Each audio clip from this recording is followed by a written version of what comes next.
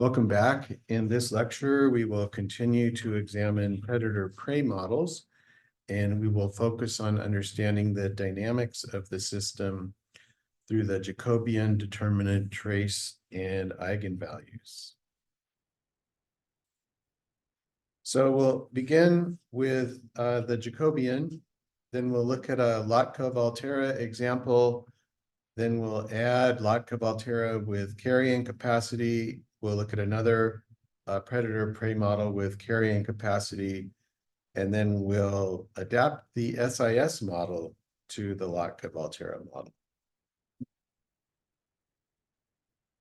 So in this lecture, we're going to analyze the cycles in the predator-prey equations. And so we will adapt these equations to the Jacobian. We'll use some matrix algebra and calculate the determinant, etc. So in our example from the last lecture, where we set all the coefficients equal to 1, we saw stable oscillations. And in this lecture, we'll find out how to determine whether they are stable oscillations, whether they're dampening out, or whether they're expanding. And the mathematicians can determine this by setting up a matrix called the Jacobian. So at the bottom is the Jacobian matrix with each equation. This is actually equation F and G. So each equation is differentiated with respect to V and with respect to O, and then they're set up in this matrix. And by looking at the slopes, which are implied by the derivatives, we can determine whether it's a well, whether it's a saddle, or whether it's a hill. And so if it's a peak, like a hill, then it would be an unstable fluctuation, meaning the fluctuations are getting larger. It's a well, it's becoming more stable. And if it's a saddle, it's approaching from one direction and leaving in the other direction.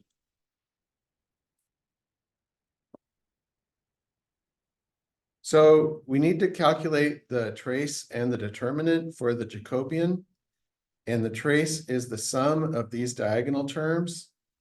And the determinant is the difference between the product of these two terms minus the product of these two terms. So here are the four partial derivatives for equation F and equation G, where this is equation F. And so the partial of F with respect to V is alpha minus gamma 0. So we factored out the V. And the derivative with respect to O is negative gamma V because we factor out the O. And then for G, similarly, the derivative of G with respect to V is just epsilon O because the V comes out. And the derivative with respect to O is negative delta plus EV. So we can substitute those into the Jacobian. So partial F over partial V is alpha minus gamma O, and so on. And so with our previous example, where our equilibrium point was at V equals 1, O equals 1, the equilibrium point values are substituted in for O and V. And so what we have is this Jacobian matrix, and the determinant is 1, and the trace is 0. So the trace is 0 plus 0, and the determinant is 0 minus a negative 1 times 1, which is 1.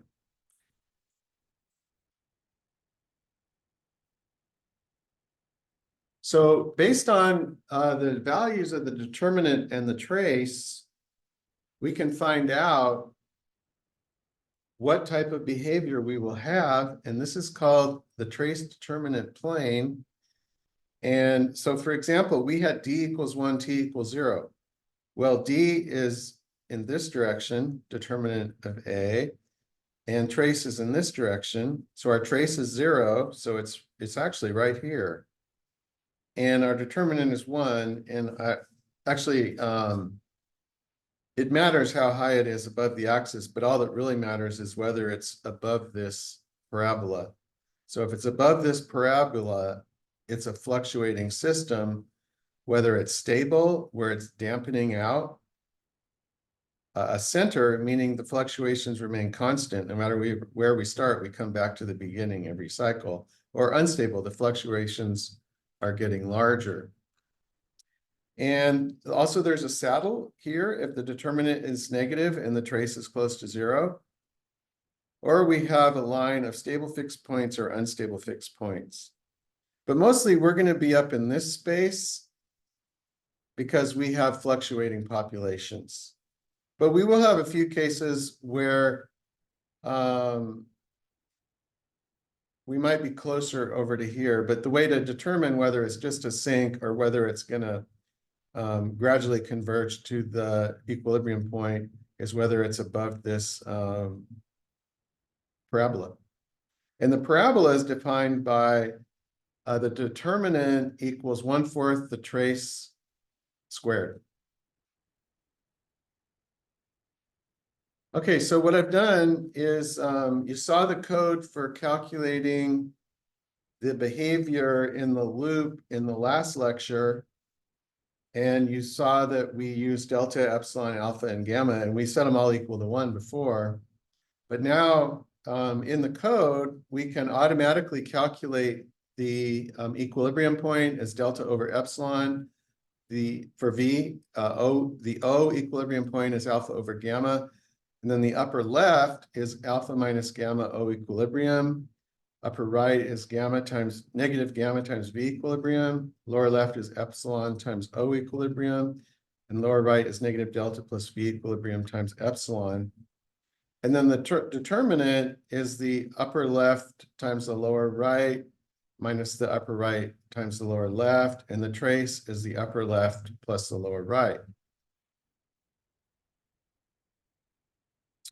Okay, and then we can also calculate the eigenvalues.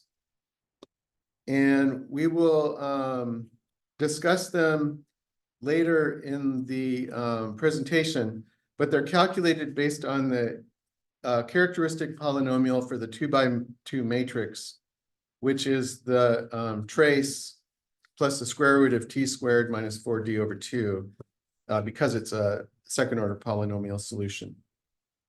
And so here's the eigenvalue is the trace plus the trace squared minus 4d times 0.5 over 2. And so that's square root there, not times. And so this is just the solution for the quadratic equation, basically. There's two eigenvalues. And then I check to see whether it's above the parabola or not. So it's either true or false. If d is greater than 1/4 times the trace squared, then it's up in this range. If it's not, then it's down in that range.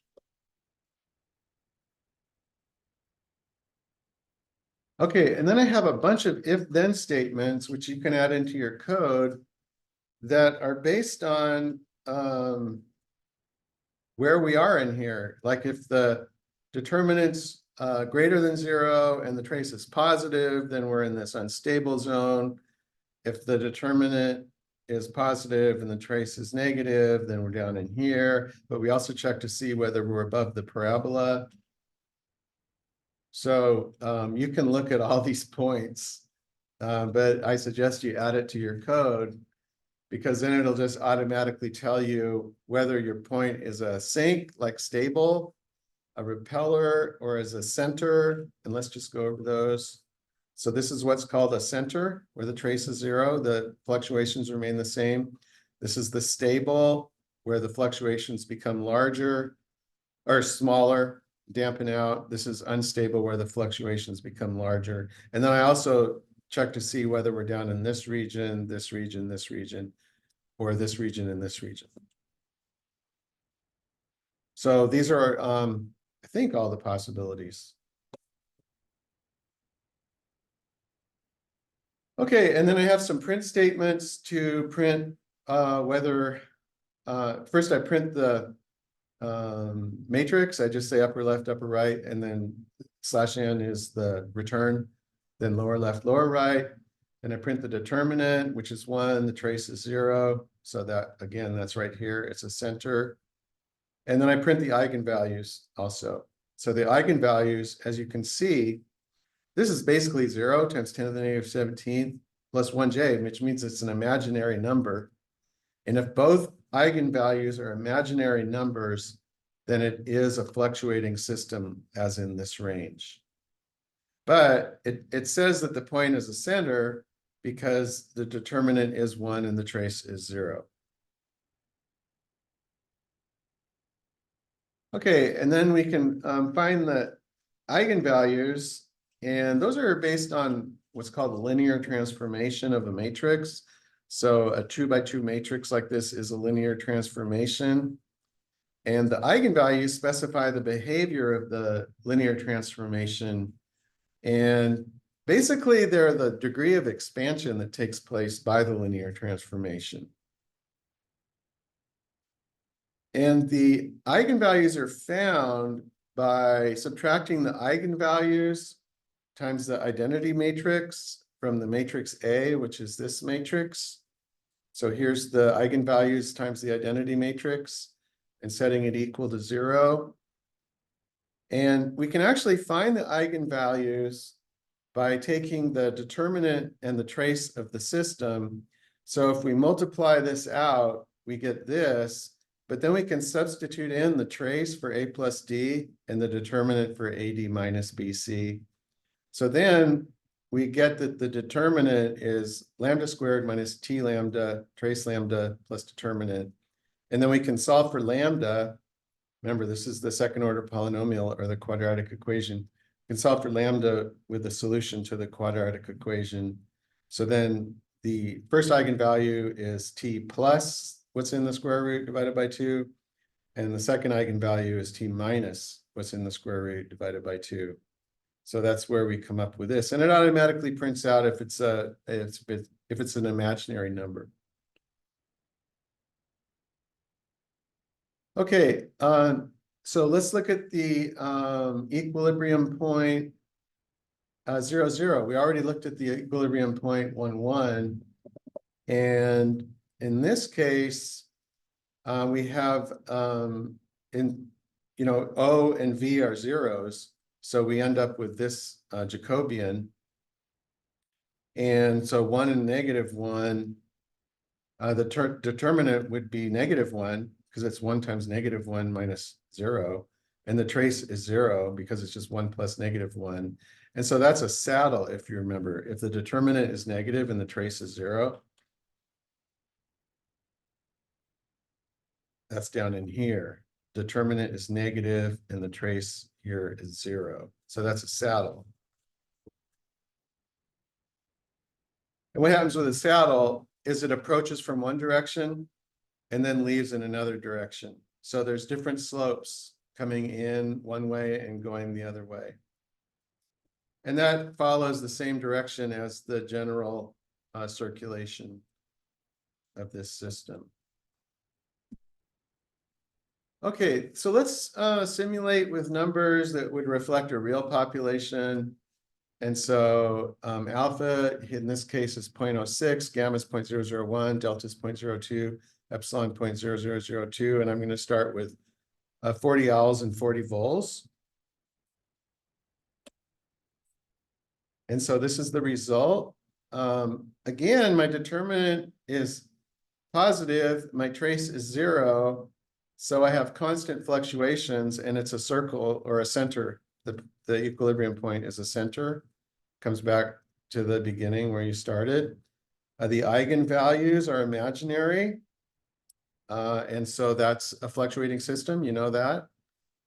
And I don't think there's really anything else to say, except that our fluctuations of our vols are going up above 200, and that's going to be interesting later. Okay. So we talked last time, this is the most famous example of predator-prey system, the Hudson's Bay Company observations of number of lynx furs collected each year. And actually, this is rabbit furs. So it's lynx furs and rabbit furs collected each year. And so in the previous examples, we just specified the coefficients, but it is much more challenging to find the coefficients to known predator-prey oscillations. And as you can imagine, we did before, we just used simple linear regression to find the coefficients for the logistic model. This will be much more difficult because not only do we have 4 unknown coefficients, but we also have an unknown equilibrium points. And so simple linear regression is never going to automatically zero in on 4 coefficients and 2 equilibrium points. So Mahaffey at San Diego State, and that's this link here, he gave an example of how to parameterize the coefficients for the hares and lynx curves. And he selected data from the part of the hares and lynx curve with good periodicity. Remember over in here, there really wasn't consistent periodicity, but he selected the data from 1900 to 1920, where he had nice fluctuations. And so what he did was he first estimated the values of all the coefficients and the equilibrium points just by inspection. He had several techniques, which we're going to go over. And then once he estimated the points and got close, then he used least squares regression to zero in on the exact values. So the orange lines, I just plotted the hares versus the lynx. So here's the hares, here's the lynx. And I just plotted, and that's what Mahaffey did. He plotted them. And then you can estimate the average lynx population is 25. So it's just a guess. And the average hare population is 40. So now we have our equilibrium points just estimated for lynx and hares. Next, Mahaffey observed, just by looking at it, that the cycle time was 12 years. It's 12 years between here and here. And so I didn't talk about this before, but the product of cycle time and the square root of alpha delta, that equals 2 pi. And so you can calculate that alpha delta equals 0.274. And so that might be useful in some cases, but I don't think he used that in his first estimation of coefficients because he had other methods. I might be wrong about that, but in just looking at what he did, I don't think he did. Okay, next, he estimated the alpha term. And the way he did that is he said that the largest growth rate of hares that he could find would be the alpha, and that would be the point at which probably they're least affected by the predation of lynxes. And so the largest growth that he could find was 27.1 to 40.3. And if we just look at that first part of the equation, which was alpha times voles before, but now it's alpha times hares, remember we can integrate the first order growth rate equation, which is basically what that is. And we can come up with h equals h0 e to the alpha t. And because t is 1 year, 1 year between points, then we have 40.3 equals 27.1 times e to the alpha. And alpha, then if we integrate the equation, or not integrate, but rearrange the equation, we get alpha equals natural log of 40.3 over 27.1, or 0.397. So now we have an estimate of alpha, which is 0.4. And because we already estimated alpha over gamma equals 25, we have gamma equals 0.4 over 25, or 0.016. So now we have some first estimates of those two terms. Okay, and then likewise, remember there's a death rate of the predators. And so that's the delta. Delta, in this case, it's L, but before it was delta O. And so again, we can integrate that part of the equation and get L equals initial concentration or population of lynxes times e to the negative delta t. Again, we can get rid of t because they're 1 year time steps. And if we rearrange this equation, we can get delta equals natural log 41.7 over 19, which equals 0.786. And because we already calculated delta over e equals 40, we can calculate e as 0.786 over 40, or 0.02. Okay, so now we can put in the values that we calculated. And what I did was I input this data into arrays in Python so I could graph them. And I also did a time vector, np.linspace, and actually it should be 1900 to 1920 with 21 nodes. So that's going to give me the graph that I want. And also, he went ahead and calculated. So he first estimated his coefficients, and then he refined it with least squares regression. And so these are the final exact values that he came up with for alpha, gamma, delta, and epsilon. And my initial concentration of lynxes is 4. And my initial concentration of hares, this is all owls and bulls. My initial concentration of hares is 30. The number of years is 21.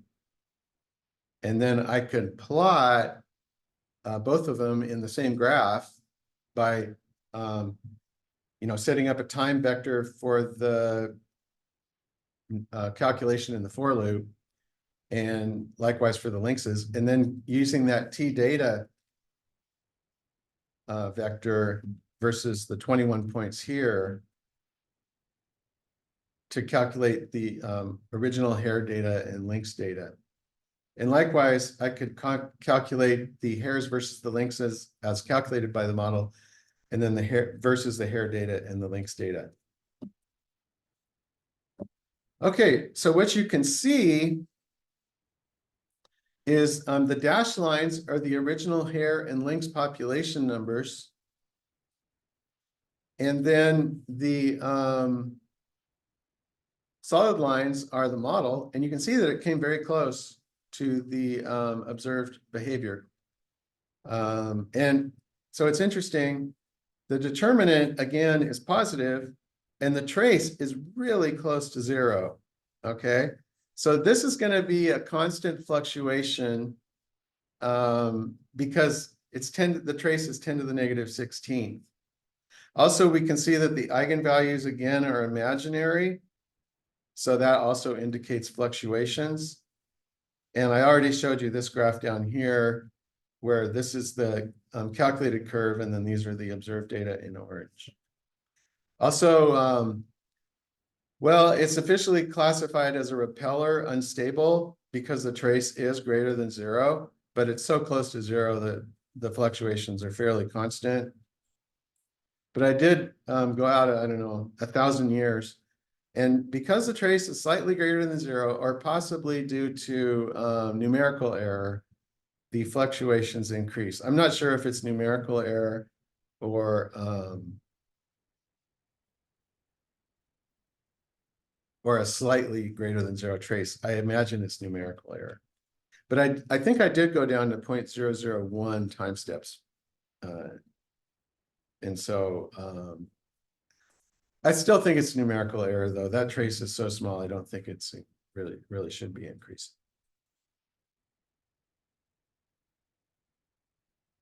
Okay. I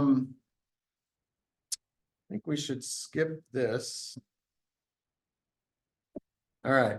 So now we're going to adjust our predator-prey model and include carrying capacity.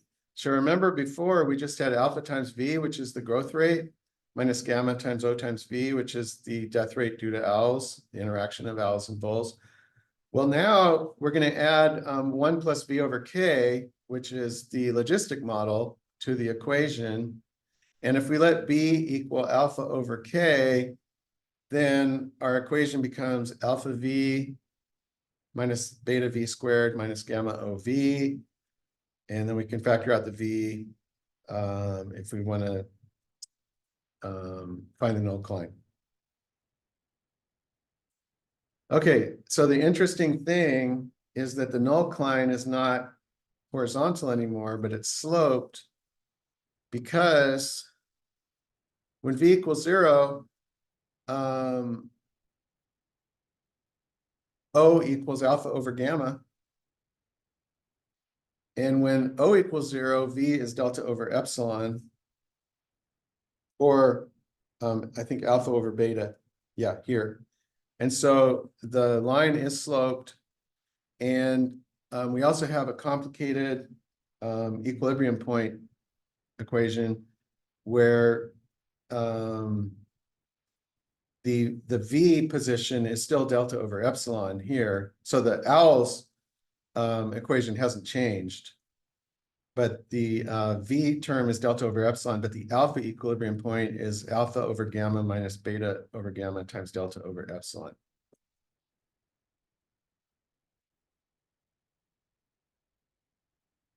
Okay, so we even though the equation is more complicated, we still have an F and G equation, and we can differentiate them with respect to F and V.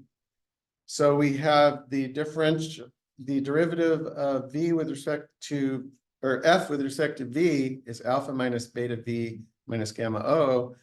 And the differential of F with respect to O is just gamma V, because we only have the O term here. So we get rid of that, and it's negative gamma V. And then the differential of the G equation is the same.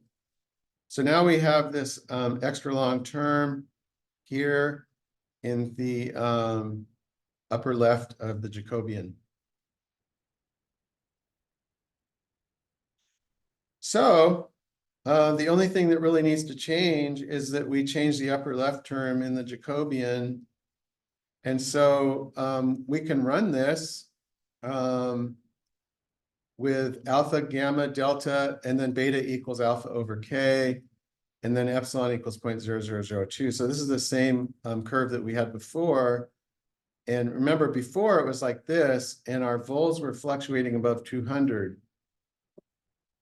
So what happens if we set k below the natural fluctuation of vols? Well, the determinant is greater than 0. The trace is negative, which, remember, that means it's going to dampen out. So because we're restricting the growth of vols, population of vols, and the owls are not controlling it really, but the carrying capacity is, that changes the model. Notice the determinant is quite low, but it's still positive.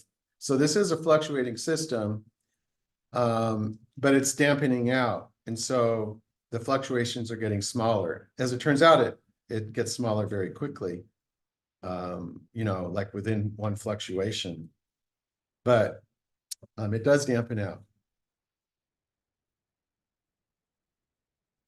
But if we change the k to a larger number, like 1000, which is above the natural fluctuation of the vols, we still get a dampening out. That causes the trace to be negative. The determinant is still positive. And so we start here and we start dampening out the fluctuations. It's a slower convergence than before because the carrying capacity is higher, but it's still converging, so it's called stable. And if we make k equal 10,000, you can see that the trace is still negative. It's a very small number, but so we should be dampening out our fluctuations. But the problem is my time steps are 1, so I have a numerical error going on here. So the fluctuations really shouldn't be increasing, even though, because we know they shouldn't be, because the determinant is greater than 0, trace is less than 0.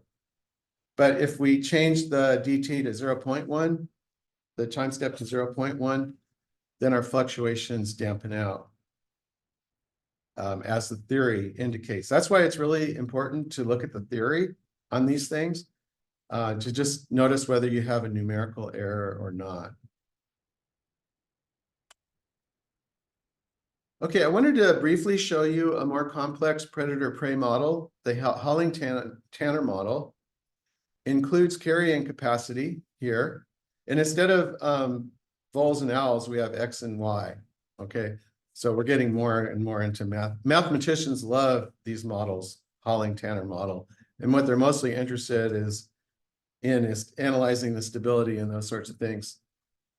Okay, so it includes carrying capacity. It includes a monad sort of model for decreasing growth of the prey population. Remember, we had, this is actually like the half saturation rate coefficient, A.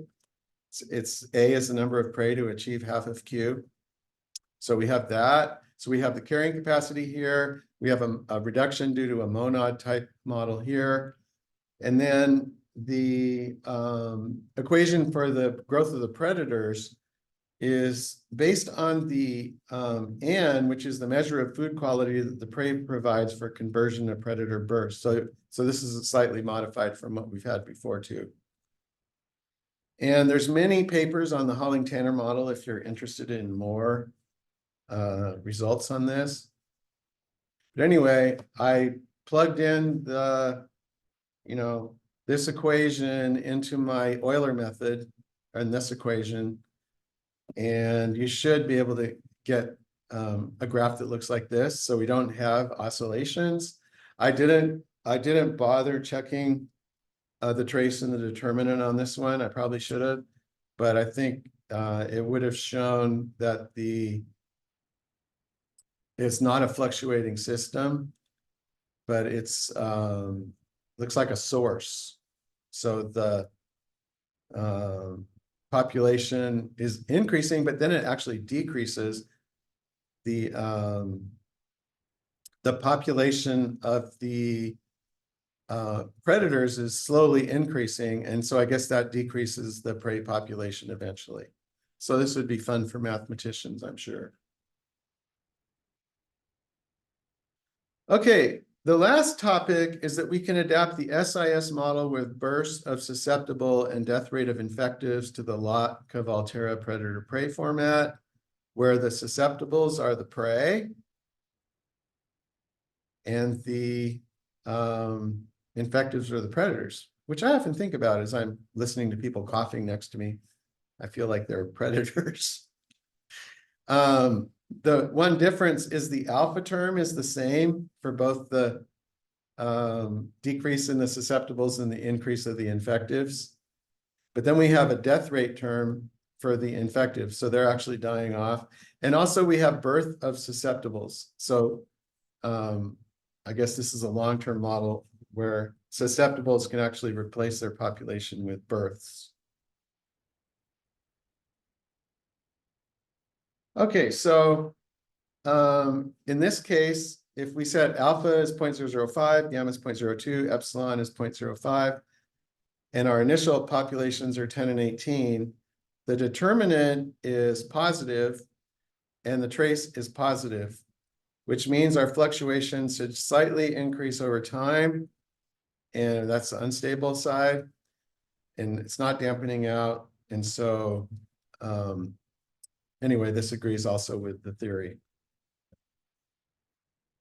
Okay, so just in conclusion, we've shown that the behavior of predator-prey models can be classified based on their position in the trace determinant plane. If the determinant is positive above the x-axis and higher than the parabola, then we have a fluctuating system. Is the trace is negative, then it's a stable system, meaning the fluctuations are dampening out.